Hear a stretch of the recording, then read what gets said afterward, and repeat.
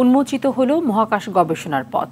বিশ্বের ৫৪তম দেশ হিসেবে যুক্তরাষ্ট্রের মহাকাশ গবেষণা সংস্থা নাসার সঙ্গে আর্টেমিস চুক্তি সই করেছে বাংলাদেশ। এছাড়া চলতি বছরে $১০০ কোটি বিনিয়োগে আগ্রহী নিউ ডেভেলপমেন্ট ব্যাংক।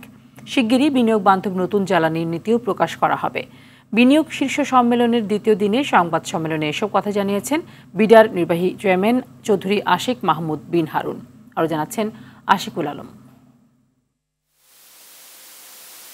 বাংলাদেশ বিনিয়োগ শীর্ষ সম্মেলনের দ্বিতীয় দিনে নারায়ণগঞ্জের ২৫০০-এ বাংলাদেশ বিশেষ অর্থনৈতিক অঞ্চল পরিদর্শন করেন চীন, জাপান, সৌদি, আবুধাবি, যুক্তরাষ্ট্র, ভারত ও প্রবাসী বাংলাদেশি সহ ৩৬ বিনিয়োগকারী। এ সময় বিনিয়োগের সুযোগ সুবিধা ও কর্মপরিবেশ খতিয়ে দেখেন তারা। প্রধান উপদেষ্টার উপপ্রেস সচিব আজাদ মজুমদার জানান, বিনিয়োগকারীদের সামনে বিনিয়োগের বর্তমান অবস্থা ও সম্ভাবনা তুলে ধরা হয়েছে। অঞ্চলের যে সুযোগ সুবিধাগুলো আছে, যে বিনিয়োগকারীরা আসছেন, ওনারা মূলত এসেছেন চায়না, জাপান, সৌদি আরবিয়া, সংযুক্ত আরব আমিরাত, মার্কিন যুক্তরাষ্ট্র, এই দেশগুলো থেকে, পাশাপাশি নন রেসিডেন্ট বাংলাদেশি যারা ইনভেস্টমেন্টে এখানে আগ্রহ প্রকাশ করেছেন তারাও এসেছেন। ওনারা দেখেছেন এই ফ্যাক্টরিটা যেটা এই মুহূর্তে অপারেশনে আছে।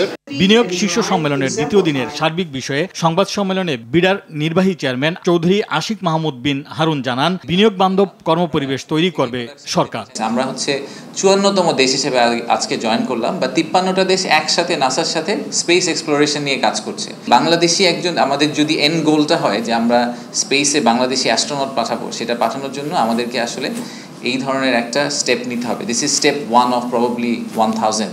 বাট এই প্রথম স্টেপটা দিয়ে আমরা যেটা করলাম, আমরা এগ্রি করলাম যে আমরা নাসার সাথে এবং বাকি ৫৩টা দেশের সাথে একসাথে স্পেস এক্সপ্লোরেশনে কোলাবোরেট করব, আমরা একসাথে কাজ করব। ১০ বছর পর বাংলাদেশ কেমন হবে সেই আভাসের পাশাপাশি বাংলাদেশের ব্যাপারে বিশ্বের ধারণা এই সামিটের মাধ্যমে পরিবর্তন করা হবে বলে জানান আশিক চৌধুরী।